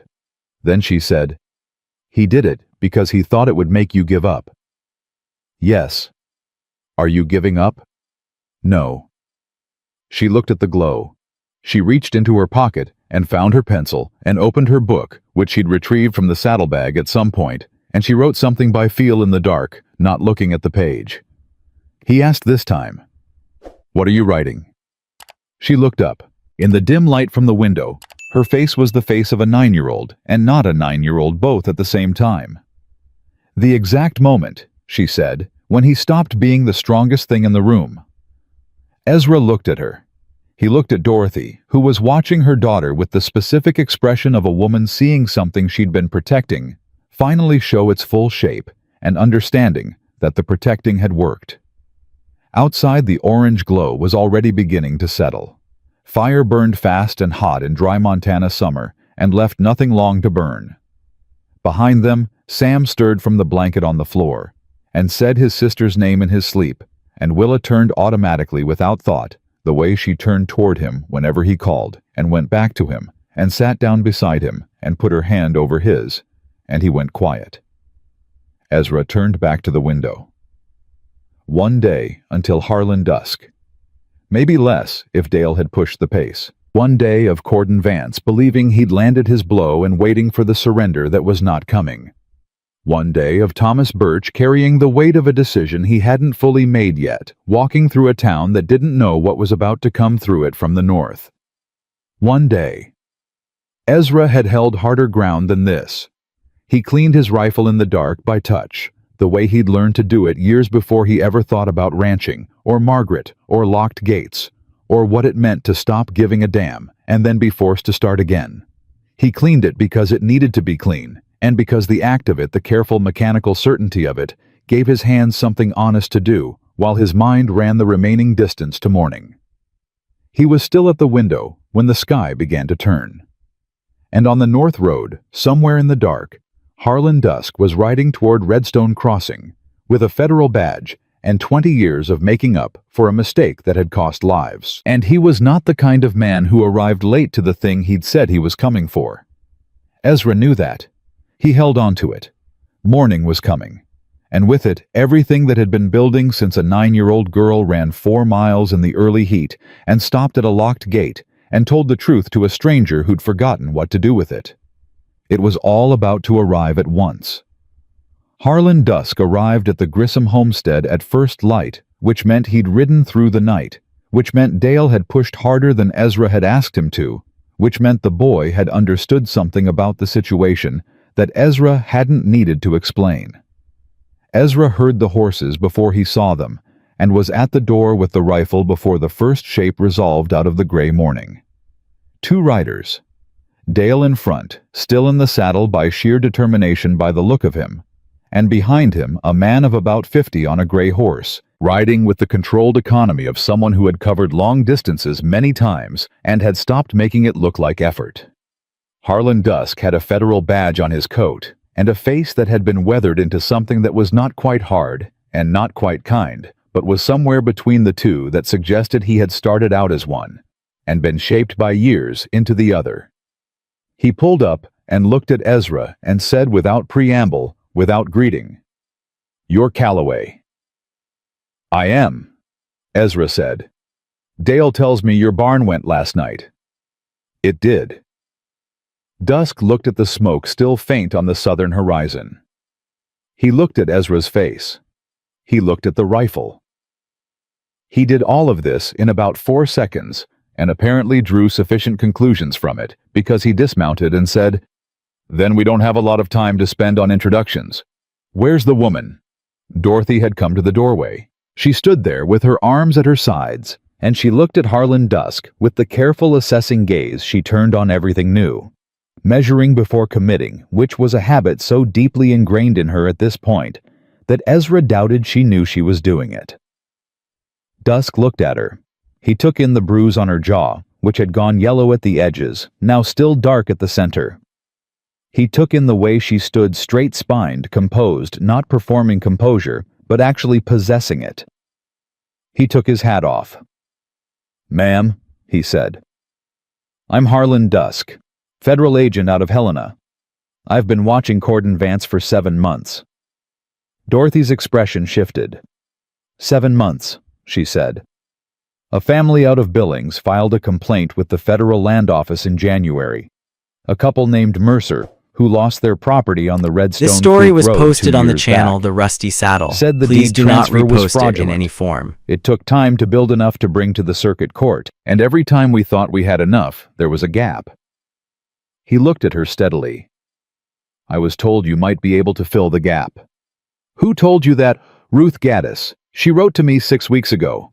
Didn't sign the letter, but she described herself as a woman who had delivered every child in Redstone Crossing for 30 years, and had therefore earned the right to certain opinions about the men running it." He paused. "I recognize the description." Dorothy turned to look at Ezra. Something moved in her face. Not surprise exactly. Something closer to the specific emotion of discovering that a thing you'd been building alone had, without your knowledge, already found its connections. "Ruth didn't tell me," she said. "Ruth tells people what they need to know when they need to know it," Ezra said. "That's how she's operated for 67 years, and it's worked so far." Dusk came inside. He sat at the table, and he spread out the documents he'd been carrying in his coat: federal warrants, land office records, the Mercer complaint, 3 other complaints from families Ezra had never heard of, and Dorothy sat across from him and produced the tin from Ruth's pantry, and opened it, and laid her 14 months of handwritten documentation alongside his, and the two of them looked at the combined picture, and Dusk was quiet for a long moment. "This is enough," he said. "Enough for what exactly?" Dorothy asked. "Arrest. Trial. Conviction, if the circuit court does its job, which it will, because I'm bringing a federal prosecutor from Helena who does not have dinner with Cordon Vance on alternating Tuesdays." He tapped the documents. "The Mercer family can come home. The Grangerville family. The Aldises." He looked at her. 14 families. Dorothy had both hands flat on the table. "He has Judge Aldgate," she said, "and Commissioner Briggs, and men in this town who have been looking away for 6 years. You can arrest Vance, and any halfway competent lawyer he hires will have the whole structure defending him within a week." "Which is why," Dusk said, "I need something more than documents before I walk into Redstone Crossing." He looked at Ezra. "I need a witness who was inside it. Someone who followed orders, saw what happened, and is willing to stand up in front of a court and say so." The room went quiet in a specific way. Willa appeared from the back room in the doorway, Sam behind her, and she looked at the table covered in papers, and looked at Dusk with her old clear eyes. And then she looked at Ezra, and he gave her the smallest nod, which was the nod that meant, "This is not your moment, but you are allowed to be present for it." She came in and sat on the floor against the wall, and opened her blue book. "Thomas Birch," Ezra said to Dusk. Dusk looked at him. "The deputy. He came to me yesterday morning before dawn, told me about tallow, told me about the barn." Ezra leaned forward slightly. "He's been looking the other way for 2 years, but he's reached the edge of it. I could see it in him. He's not a man who can keep doing a thing once he's named it clearly to himself. Has he named it? I gave him help with that." Dusk was quiet for a moment. "A deputy's testimony, corroborating abuse of office property destruction, fraudulent land transfers." He looked at the documents. "That closes the gap." "Can you get him?" Dorothy asked. "Without Vance knowing." "I can get him," Ezra said. "If I go now before Vance knows we've moved, and before Birch has to face him again this morning." Dorothy looked at Ezra. She looked at Dusk. She made the calculation the way she made all calculations, quickly, accurately, without wasted motion. "Go," she said. Ezra was on his horse in 4 minutes. He took the back road into Redstone Crossing, the one that came in from the east through the old mill property, which added distance but kept him off the main road where Vance would have eyes. The morning was still cool, that brief window in Montana summer before the heat asserted itself, and the road was quiet in a way that felt held, like the town was waiting on something it knew was coming. He found Birch at the livery stable, which was where Birch went every morning to check his horse before he went to the office, which Ezra knew, because in a town the size of Redstone Crossing, you eventually knew everyone's routines, whether you intended to or not. Birch looked up when Ezra came in, and his hand went to his belt automatically, not drawing, just finding it, and then he saw who it was, and his hand came back down. "Your barn," Birch said. "Yes. I didn't know it was going to happen last night. I thought it was tonight." His jaw tightened. "I should have warned you sooner. I should have—" "You warned me about tallow," Ezra said. "That's what mattered. We were already gone." He stepped further into the stable and lowered his voice. "There's a federal agent at the Grissom place, Harlan Dusk. Helena office. He's had Vance on his scope for 7 months, Thomas. He has the land records, Dorothy's documentation, and enough for an arrest and conviction if he has a witness from inside," Birch said. "Yes." Birch looked at his horse. He looked at the stable wall. He was doing the thing Ezra had watched him do every time the moment arrived, running the numbers against conscience, arriving at the answer he didn't want, sitting with it, until it became the only answer. "He'll know it was me," Birch said. "The moment Dusk walks into that office, Vance will know who talked." "He'll know you made the right call," Ezra said. "That's different from what he'll think he knows. Easy thing to say when your name's not on a deputy's badge in this county." "That's fair," Ezra said. "I won't pretend it isn't." He looked at the younger man directly. "But your sister is in Billings because Dorothy Hale made a hard call on her behalf. 14 families lost their land because nobody made a hard call. You've been carrying that second thing for 2 years, and I can see what it weighs." He paused. "I'm not asking you to be a hero. I'm asking you to be honest in front of one specific person with the authority to do something about what you know." Birch's hands were on the stall door. He wasn't moving. But he wasn't leaving either, which Ezra had come to understand was how Birch signaled that a thing was landing. "My mother," Birch said. "Vance has favored the lease on her house for 3 years. If I do this, if Vance is in federal custody, the lease is between your mother and a landlord who no longer has a marshal to hide behind," Ezra said. "That's a different conversation." Birch was quiet. "Thomas," Ezra said. He said it quiet and level and without urgency, because urgency was for men who needed to be pushed, and Birch was a man who needed to be given room to arrive on his own. "You already made this decision. You made it yesterday morning when you came to my gate before sunrise. You've just been waiting for it to feel final."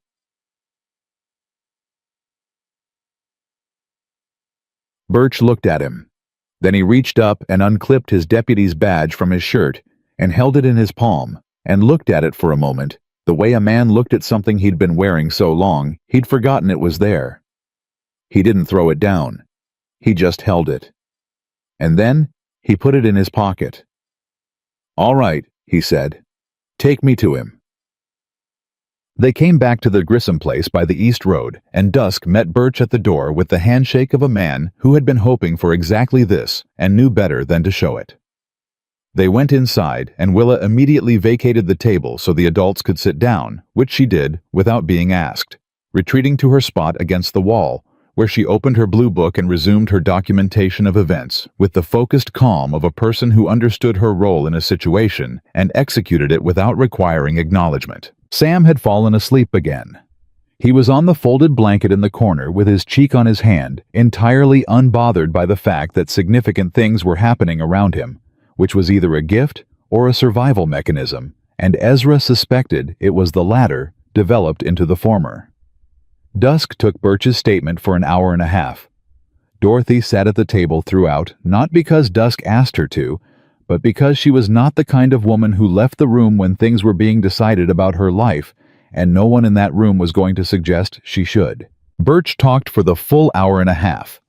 He talked about the Mercer property and the Granger outbuilding and the 4 other land transfers he'd stood witness to without filing a report. He talked about the night 2 years ago when he'd seen Dorothy's bruised arm in the general store and filed it under domestic matters and walked away. He talked about tallow and the way tallow appeared and disappeared, like something Vance kept in a drawer and only brought out for specific purposes. He talked about Judge Aldgate and the dinners and the way the commissioner meetings ran when Vance was present versus absent. He talked for an hour and a half. This story was posted on the channel The Rusty Done, Saddle. his Please voice do was not flat repost and it in any tired, form. and something in him looked lighter and worse. At the same time, the way a man looked when he'd finally put down something too heavy, and his body hadn't yet worked out how to stand upright without the weight. "This is sufficient," Dusk said when Birch finished. He closed his notebook. He looked at Dorothy. "I'm going to ride into Redstone Crossing this morning. I have 2 deputies with me. We will be arresting Cordon Vance, Judge Aldgate, and Commissioner Briggs on federal charges." He paused. "This will not be a quiet morning." "I know," Dorothy said. "Vance will contest it. He has resources and he has friends, and he will use every legal mechanism available to him." "He won't win," Dorothy said. "He's never actually won anything. He just made people believe he would before they could find out otherwise." She looked at the tin on the table, at the papers, at Birch's careful testimony in Dusk's notebook. "He doesn't have that advantage anymore." Dusk looked at her for a long moment. He had the measuring look of a man who assessed people the way other men assessed terrain, reading contour and depth before committing to direction. "You built this case largely on your own," he said. "In a house where you were watched, over 14 months. "Yes," Dorothy said. "She didn't make it more than it was." "That took considerable courage, ma'am." "It took longer than it should have," she said. The same thing she always said when someone named what she'd done, as though the time it had taken was a cost she hadn't finished paying. "I kept thinking the right moment was 1 more month away. 1 more piece of documentation. 1 more—" She stopped.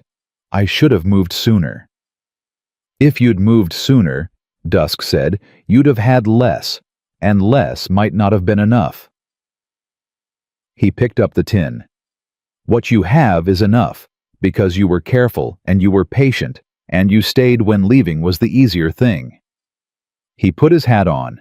"The faster you move against a man like Vance, the more he can claim you rushed the case. 14 months is not a rushed case." Dorothy looked at her hands. It was not absolution, and she didn't take it as absolution, but she took something from it. He could see her taking it. The specific movement of a woman allowing herself to receive something she'd been withholding from herself for a long time. They rode into Redstone Crossing at mid-morning. Dusk in front, with his 2 federal deputies, Ezra and Birch, flanking Dorothy and the children staying behind at the Grissom place, with Dale, who had finally been allowed to sleep, and who accepted this assignment with the relief of a young man who had ridden himself to the edge and needed an hour to come back from it. Willa had argued about staying behind. She had argued with the precise structured logic of a girl who had been documenting events for 3 days and felt that the conclusion of those events fell within her remit to witness. She had laid out her case with the calm specificity of someone who had watched her mother build a legal argument from scratch and had absorbed the method. Dorothy had listened to the entire argument. Then she'd said, "Not this time, Willa.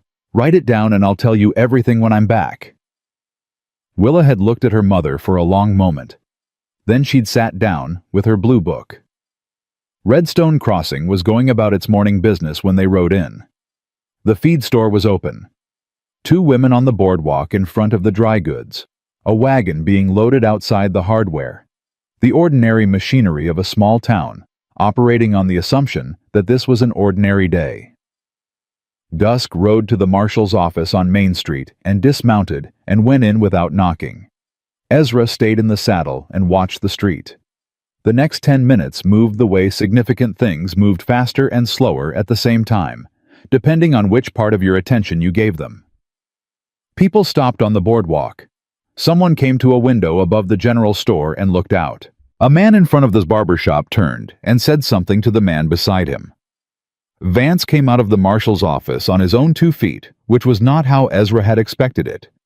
And then he understood Dusk had given him the choice, and Vance, to his credit, or his calculation, had understood that the choice was not a real one, and had chosen to walk. He was still wearing the badge when he came out. He hadn't taken it off. He came out with it on his chest, and his hat on his head, and his face composed in the specific way of a man who had decided that whatever else happened, the town was going to see him walk out of that office like a man who was in control of the circumstances. He looked at Ezra first. Not at Dusk, not at the deputies. At Ezra. "Calloway," he said. "Marshal," Ezra said.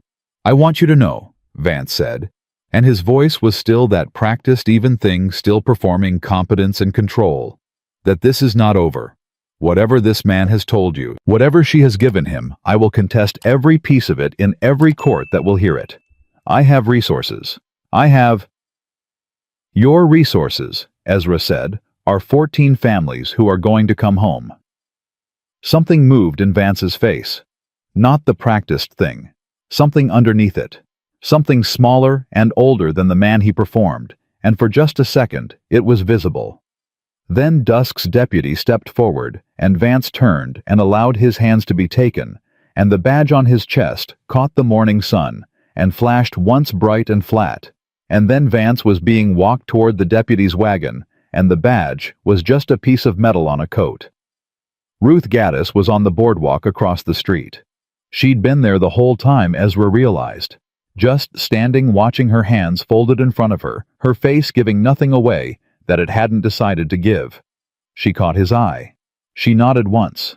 Small, private, sufficient. Birch stood beside his horse and watched Vance loaded into the wagon, and his face had the expression of a man who had been holding a door shut for 2 years and had just let it go and was finding out what was on the other side. It was not triumphant. It was not relieved.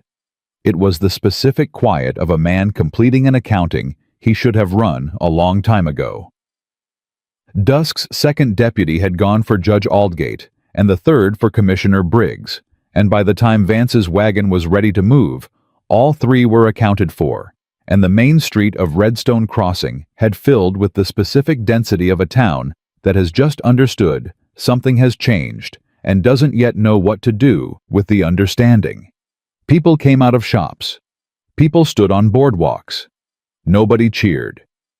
This was not the kind of town that cheered things in public before it had decided what to think.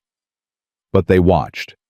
They watched with the sustained, unblinking attention of people who had been not watching for a very long time and found they had more capacity for it than they'd believed. An older woman outside the dry goods said something to the woman beside her, and the woman beside her pressed her lips together, and then her face did something that was almost crying and wasn't quite. Ezra saw Hector Briggs, who had owed Vance a grain contract and had come to Ruth's house asking questions, standing outside his feed store with his hat in his hands. He looked at Ezra. He looked away. He looked at the wagon. He looked at the badge on Vance's coat as it passed. His face cycled through several things and landed on something that was not quite shame and not quite relief, and was probably the combination of both that a man arrived at when he understood he had been a small gear in a large machine, and the machine was done. Ezra rode back to this Grissom place. Dorothy was in the yard when he arrived, standing with her hand on Sam's shoulder, and Sam was looking at a beetle with the complete attention of a 5-year-old boy who had been through more than any 5-year-old should and had found on the other side of it an undiminished interest in beetles. She looked up when she heard the horse. She looked at Ezra's face, and she read it the way she read everything. "Done," she said. "Done," he said. "All 3 of them. Dusk has Vance Aldgate and Briggs. Federal charges. He'll wire the prosecutor from Helena tonight." Dorothy was very still for a moment. "The families," she said. "The 14. Dusk is sending word to the land office this afternoon. The deed transfers are frozen pending the federal investigation." He got down from the horse. "People can come home." She put one hand over her mouth. Not to cover a sound, she didn't make one, Just the specific gesture of a woman containing something that was too large for the ordinary dimensions of her face. Sam looked up from his beetle. He looked at his mother. He got up and wrapped both arms around her waist, and she put her hand on his hair and stood there in the yard of the Grissom homestead, in the Montana morning, with her son holding on, and 14 months of careful patient work finally arrived at the place she'd built it to reach. The door opened, and Willa came out with her blue book, and looked at Ezra and said, "Well, he said. All of them. All of them." She opened her book. She wrote something, and he could tell from the way her hand This moved story was that it was posted a on the long channel entry The Rusty longer than Saddle. usual. Please The do not entry of repost someone it in any capturing form. a specific moment with the specific care it warranted. When she finished, she looked up. She looked at her mother and her brother in the yard. She looked at Ezra. She looked at the blue book in her hands. "I want to read you something, to read you," she said, to Ezra specifically, the way she always directed things when they were meant for a specific person. He waited. She found the page. She read in her clear, careful voice. He stopped being the strongest thing in the room the night his barn burned, and the man he'd set out to break was still standing in someone else's house, not asking for permission. Not afraid of the dark, just waiting for morning. The same way anyone waited for morning who had decided they were not done yet. The yard was quiet. Somewhere in the distance, a hawk called and was not answered. Ezra looked at the girl. He looked at the words she'd put on the page in the dark of the night before writing by feel writing, because that was the thing she did when something needed to be kept. "You wrote that last night," he said. "When the barn was burning," she said. "I wanted to get the moment right." She closed the book. "Did I get it right?" He looked at her for a long moment. He thought about Margaret and the leather apron on the hook and the dusty rose curtains and the gate he'd kept locked for 3 years. He thought about a beetle and a blanket and a blue book and a woman with 14 months of handwriting in a tin. He thought about all the doors in a town that had closed before the right one finally opened. "Yeah," he said. "You got it right." Man. The trial was set for 4 weeks out, which gave Redstone Crossing 4 weeks to figure out what it was without Cordon Vance running it. It turned out to be a quieter town than anyone had remembered. Not peaceful exactly, not at first, more like a room after a loud noise stops where the silence itself feels unfamiliar, and people aren't certain what to do inside it. Men who had been nodding along to Vance's version of things for 6 years walked the main street with the specific careful expression of people reassessing what they'd agreed to and not enjoying the accounting.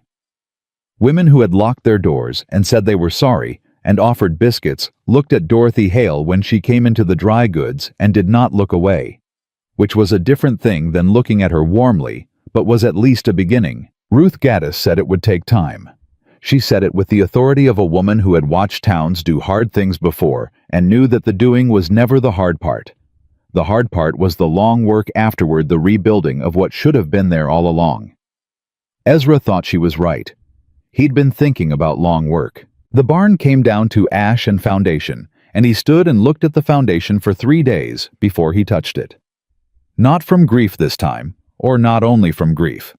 From the particular necessity of looking at a thing clearly before you decided what to do with it. The foundation was solid. The stonework Margaret had insisted on, which he'd considered an unnecessary expense at the time, and had been wrong about which she had known he'd come to understand, eventually had survived the fire without a crack. He started drawing plans on the 4th day.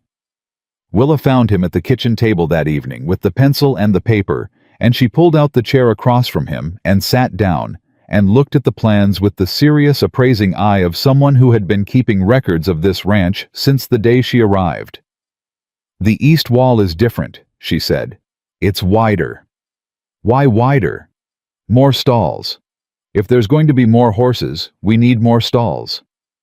She looked at the plans. She looked at him. "Are there going to be more horses?" "Thinking about it," he said. "Ranch this size can support more than I've been running. Just never had reason before." He picked up the pencil and adjusted a measurement. Might have reason now. Willa was quiet for a moment with the quality of quiet she used when she was letting something settle before she responded to it. I know how to muck stalls, she said. Mama taught me the summer I was 6. She said a person who couldn't do the unpleasant work had no business enjoying the results. Your mama, Ezra said, has a saying for everything. She has a saying for most things. Willa agreed.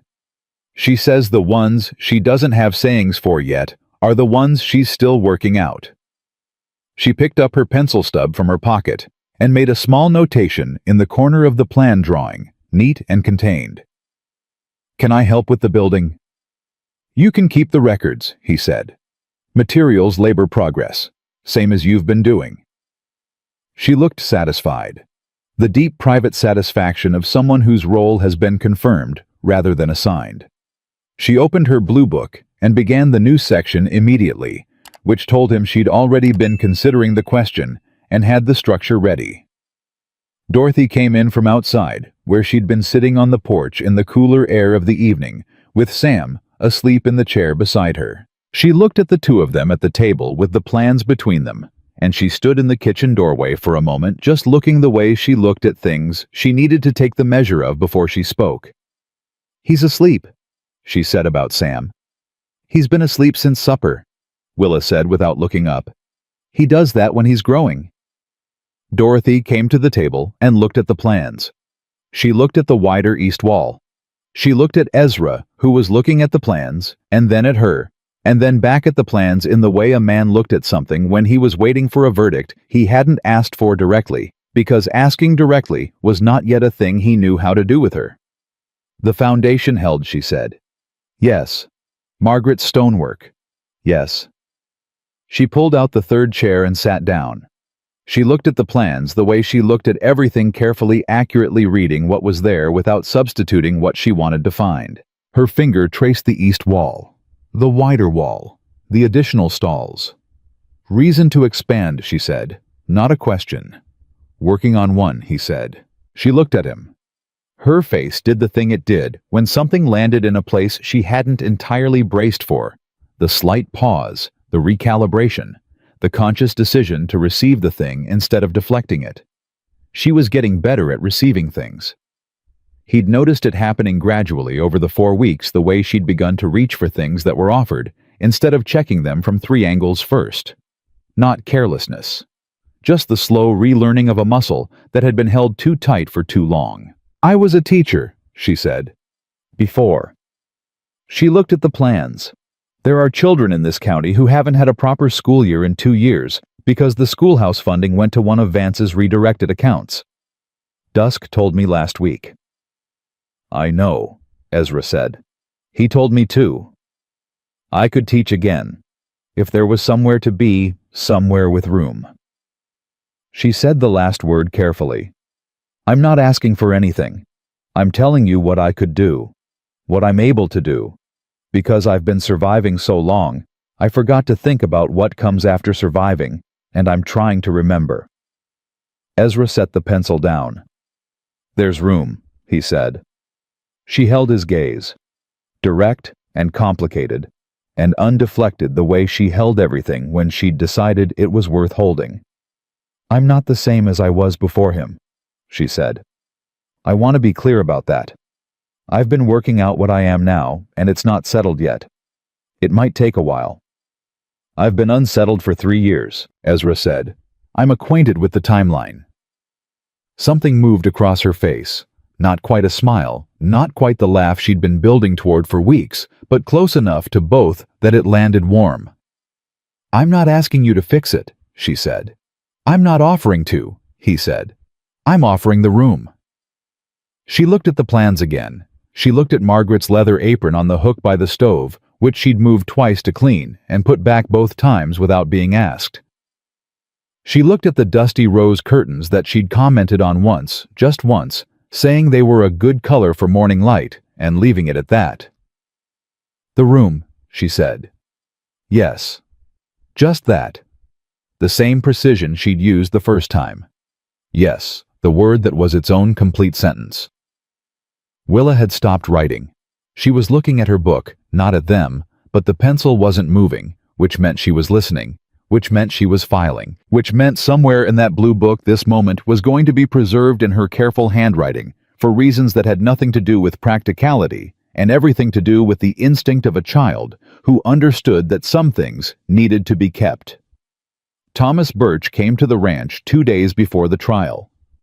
He came in the afternoon when the heat was at its height and the light had that white flattened quality that made everything look more exposed than it was, and he tied his horse at the post and knocked and waited, which was the behavior of a man who no longer assumed his authority entitled him to an immediate answer.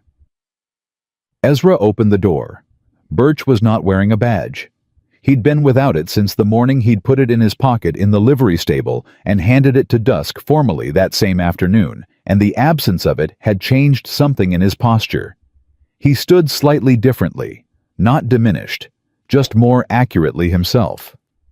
"I'm testifying Thursday," he said. "I know," Ezra said. "I want to ask you something first." He looked at his hat in his hands. "What you said to me, at your gate and at the livery, about Decent being a lower bar than Hero." He paused. This story was mean it as posted a on the comfort channel The or as a Rusty fact? Saddle. Please do not Ezra repost thought it in about any it. form. He thought about Willa asking if she could be scared and careful at the same time. He thought about the specific honesty required by people who asked real questions. "Fact," he said. "It's just a fact. Heroes are rare because the bar's too high for most people most of the time. Decent is achievable. It's what you do when the situation is clear enough and the cost is specific enough that a person can look at it straight and make the choice." He looked at Birch. "You made the choice." "Late," Birch said. "Yes," Ezra said. "But you made it. And Thursday, you're going to stand up and say what you know, and a lot of people who couldn't do what you're doing are going to benefit from the fact that you could." He held the door open. "You want coffee?" Birch almost smiled. It was a small thing, barely there, the smile of a man who hadn't expected hospitality and didn't entirely know how to receive it. "Yeah," he said. "I reckon I do." The trial lasted 3 days. Dorothy testified on the second day. She went alone to Casper the way she'd decided she needed to do it, and Ezra stayed at the ranch with the children and did not suggest otherwise because it was not his testimony and it was not his choice to make. She came back the second evening with the particular stillness of a woman who had said everything she needed to say and had survived the saying of it, which was a different quality of stillness from the kind she'd arrived with 4 weeks ago. That one had been managed. This one was earned. Willa was at the door before the horse stopped. Dorothy got down, and her daughter walked straight into her arms without running, which was Willa's way, the composed direct arrival, the certainty of belonging, expressed not through urgency, but through the complete absence of hesitation. Dorothy held her and closed her eyes, and Ezra stood at the porch rail and gave them the moment without comment. "How was it?" Willa asked into her mother's shoulder. "It was hard," Dorothy said, "and necessary, and it's done." "Did he try his face?" Dorothy pulled back and looked at her daughter. "What?" "The face he uses. The one that used to work on you." Dorothy looked at Willa for a moment with the expression of a mother continuously surprised by the specific accuracy of her child's perception. "He tried it," she said. "It didn't work." Willa nodded. She stepped back and opened her blue book and wrote something, and the writing took longer than usual, which meant she was capturing it in full rather than in shorthand, which meant she'd already known this would be a moment worth the full version. Corden Vance was convicted on the 4th day. Fraud, abuse of official position, 3 counts of conspiracy to commit property destruction, and 8 counts of fraudulent land transfer. Judge Aldgate and Commissioner Briggs entered guilty pleas on separate counts and received lesser sentences in exchange for full cooperation, which Dusk told Ezra was the most efficient outcome given the evidence and the time. Tallow, who had no last name anyone used, turned out to have a substantial prior history under a different name in 2 other territories, and the federal charge against him carried a sentence longer than the other 3 combined. Dusk came to the ranch the evening after the verdict. He sat at the kitchen table and drank coffee and gave a full accounting the way he gave everything efficiently, without embellishment in the order it mattered. When he finished, he looked at Dorothy. "The Mercer family can come home," he said. "Deed restored. All 14 families have been notified. The land office will process the reversals within 30 days. Dorothy had both hands around her coffee cup. She looked at the table for a moment. "Mrs. Aldous," she said. "The family with the young children, the ones who left in January." "I found them," Dusk said. "They're in Bozeman. They've been told." Dorothy's hands tightened on the cup. She looked up. "All of them. All 14, Dusk said. "Every family on your list." She was quiet for a moment, with something that was not grief, and was not relief, and was the specific large feeling that arrived when a thing you'd done at great cost to yourself had in fact worked, and you were finally standing on the other side of it, looking at the result, and understanding for the first time that it was real. "It worked," she said, quietly, just for herself, not for the room. "It worked," Dusk confirmed. He picked up his hat. He stood. He looked at Willa, who was at her spot against the wall with her blue book. "I understand you've been keeping records of events."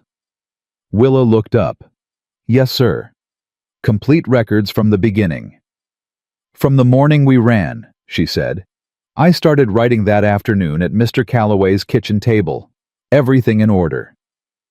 Dusk looked at her with the measuring expression he used on people he was assessing for a specific quality. "I'd like to read it someday," he said, "if you're willing." Willa considered this the way she considered everything seriously and at the appropriate length. "I'll make you a copy," she said. "The original stays with me." Dusk nodded like that was not only acceptable, but exactly right. "Fair enough," he said. And then he went out, and the sound of his horse moving away down the road faded into the ordinary sounds of the Montana evening, and the kitchen was quiet. Sam looked up from the floor where he'd been arranging small stones into a pattern that made sense only to him. He looked at his mother. He looked at the door. "Is it finished?" he said. "Yes," Dorothy said. "It's finished." He looked at his stones. He looked at his sister. He looked at Ezra with the clear, uncomplicated gaze of a 5-year-old who had learned to read rooms by necessity and was reading this one. "Good," he said, and went back to his stones. Willa laughed. It came out of her the way her mother's laugh had been building toward for weeks, sudden and genuine, and not entirely anticipated. And once it was out, it hung in the kitchen for a moment. And then Dorothy laughed too, and it was the first time Ezra had heard either of them do it fully without reservation, without the specific restraint of people who had gotten out of the habit of letting good things land without checking them first. He didn't laugh. He was not by nature a man who laughed easily. But he felt it. He felt it in the specific place in his chest that had been unsettled for 3 years and was gradually, with the patience of something built rather than found, beginning to settle. The barn went up in 3 weeks. Dale came back to help. 2 other men came without being asked: Gus Hollis from the eastern property, and his son, who showed up the 2nd week with lumber on a wagon, and no explanation, except Gus saying words got around which Ezra accepted as sufficient. Ruth Gaddis came on the last day, and stood in the yard, and looked at the finished structure, with the expression of a woman taking an inventory she'd been waiting to take for some time.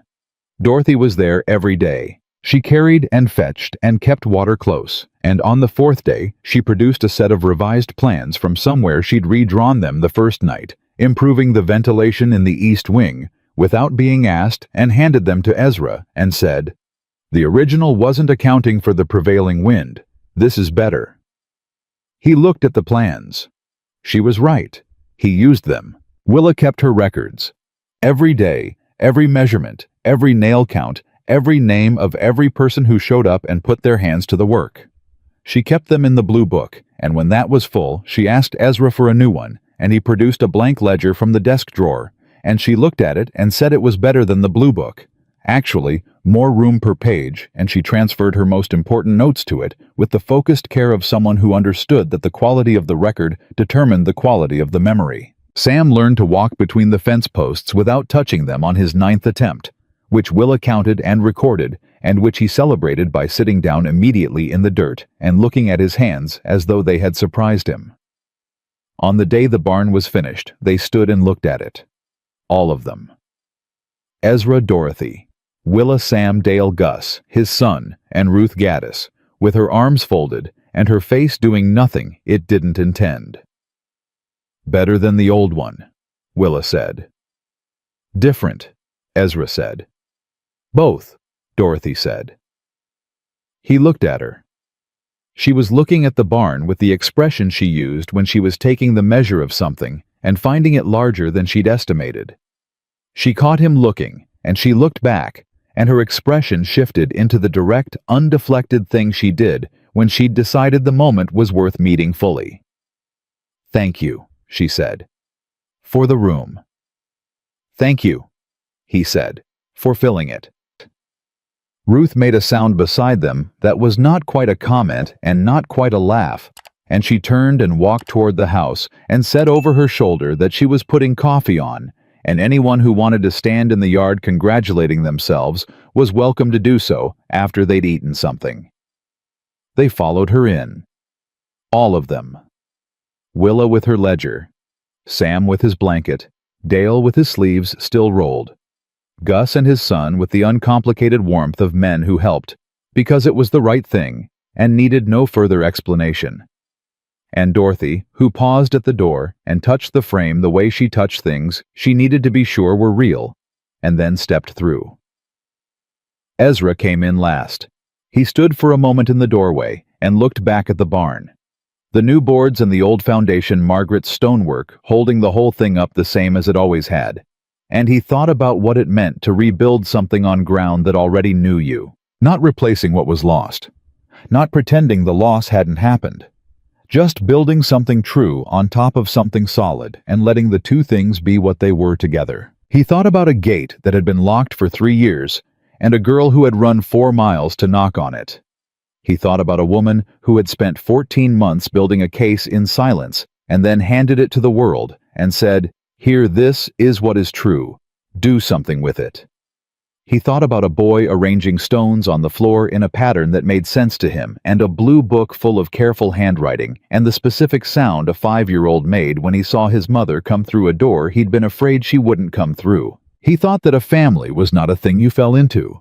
It was a thing you walked toward sometimes for years, sometimes through fire, sometimes through the specific long darkness of having convinced yourself you were done and you knew it was yours. Not because it was easy, or because it was without cost, but because when it asked something of you, you gave it without having to decide whether to. He went inside and closed the door. And Ezra Calloway, who had not opened his gate in 3 years, who had not spoken a kind word to another living soul, who had kept his house for a woman who was gone and called it faithfulness, that man was gone too. Gone as certainly as the barn that tallow had burned, leaving the same solid foundation underneath. What was left was simply a man at his own kitchen table, surrounded by people who had chosen him as clearly as he had chosen them. Drinking Ruth Gaddis's coffee on a summer evening in Montana, with a new barn standing outside and every door on the property open wide.